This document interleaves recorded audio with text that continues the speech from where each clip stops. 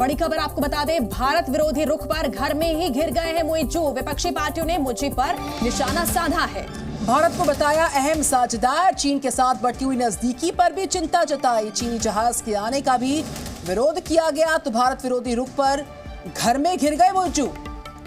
तो किस तरह से मोइजू के लिए आप देखिए, भारत से जो पंगा लेने की कोशिश मोइजू ने की है उसका खामियाजा मोइजू को भुगतना पड़ रहा है। भले ही लाख कोशिशें वो कर रहे हैं चीन से मदद करने की। और ये देखिए, ये वो लेटर है विपक्षी पार्टियों का जो मोइजू के खिलाफ उनकी तरफ यहाँ पर जारी किया गया है विपक्षी पार्टियों ने। और एक तरफ मोइजू लगातार मुश्किलों में घिरते जा रहे हैं। मेयर चुनाव उनकी पार्टी हार गई है और अब वहां की जो विपक्षी पार्टियों ने ये लेटर जारी किया है। तो ज्वाइंट प्रेस स्टेटमेंट है ये जो हम आपको दिखा रहे हैं, जिसमें कि मोइजू पर निशाना साधा गया क्योंकि अपने घर में मोइजू पूरी तरह से घिरे हुए हैं। भारत विरोधी रुख के चलते मालदीव के राष्ट्रपति मोहम्मद मोइजू जो है वो घर में घिरते नजर आ रहे हैं। और इस बीच जो दो प्रमुख विपक्षी पार्टियां हैं मोइजू के भारत विरोधी रुख पर गंभीर सवाल उठाते नजर आ रहे हैं। तो भारत विरोधी रुख जो मोइजू का है, इसको लेकर लगातार वो अब घिरते जा रहे हैं। और एक तरफ देखिए, भारत से तो गुस्सा यहां पर देखा ही जा रहा है मोइजू को लेकर, वहीं खुद अपने घर में, अपने ही देश में उनकी जो विपक्षी पार्टियां हैं उनके देश में वो अब खड़ी हो गई है एक साथ। ये लेटर उनकी तरफ से जारी किया गया है,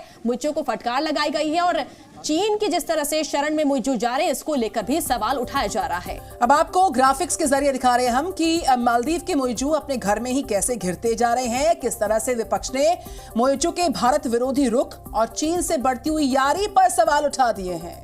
तो घर में ही घिर गए मोइजू। और साझा बयान जो पार्टियों ने जारी किया है, भारत को मालदीव को सबसे पुराना सहयोगी बताया क्योंकि मोइजू का जो रुख रहा है भारत विरोधी रहा है।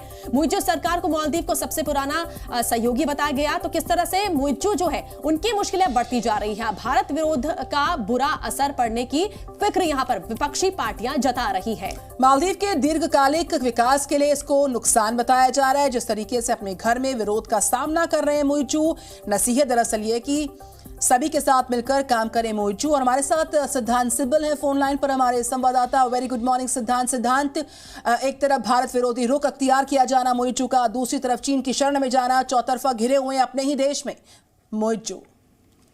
जी, नवंबर में सरकार ने ओथ ली थी मोइजू सरकार ने, और उसके बाद हमने देखा कि कैसे मालदीव्स और चीन के बीच जो रिश्ते हैं काफी घनिष्ठ हो रहे हैं। हमने इस महीने हमने देखा था प्रेसिडेंट मोइजू बीजिंग गए थे, एक हफ्ते की यात्रा थी, बहुत सारे पैक्ट्स अनाउंस करे थे।